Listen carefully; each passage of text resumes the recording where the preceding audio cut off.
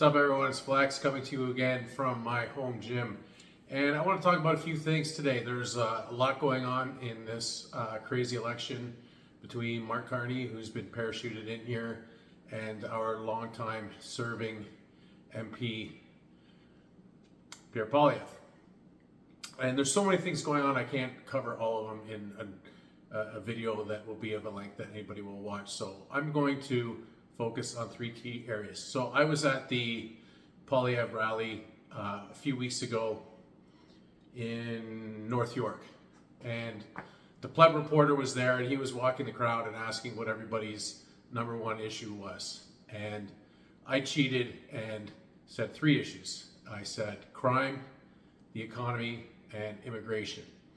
So what I want to talk about today is how Mark Carney is addressing my three key issues that I've just mentioned. So first up, crime. We all know crime in Canada these days is out of control. We all have had a vehicle stolen or know someone who's had a vehicle stolen. Any of my followers know that I had two vehicles stolen within 3 weeks of each other last year. And you know, it's a life-changing thing when you had a vehicle stolen from your own property to know that you're upstairs sleeping and somebody is mucking around on your driveway stealing your prized possessions. And the number of break-ins is just astronomical.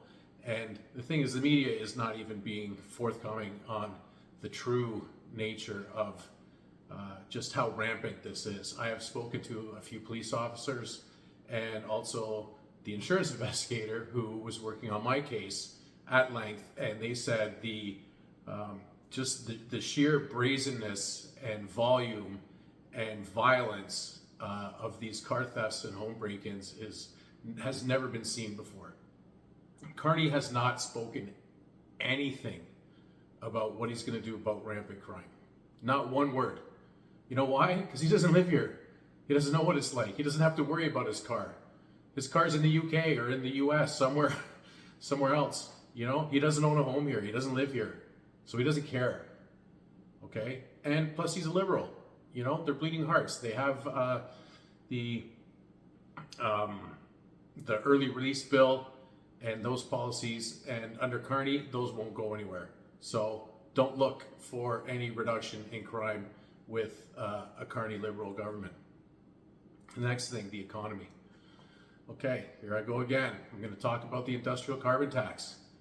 He did a rally recently out west, and Marty was reporting on it, Marty up north, and he said that all the people were cheering when he talked about removing the consumer-facing carbon tax, and then he said, we're going to make big polluters pay, and everybody cheered for that too. Well, making big polluters pay is a euphemism for the industrial carbon tax that he's going to bring in to replace the consumer-facing carbon tax.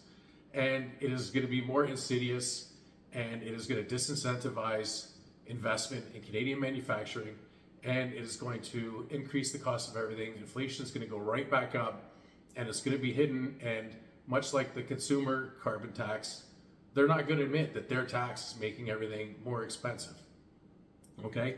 The other thing in regards to the economy is he has flat out admitted that he's going to use accounting tricks to pretend that he's balanced the budget when he has no intention of balancing the budget. He's talking about splitting the budget between operating and capital, and I can talk at length about that, but I don't want to bore you all.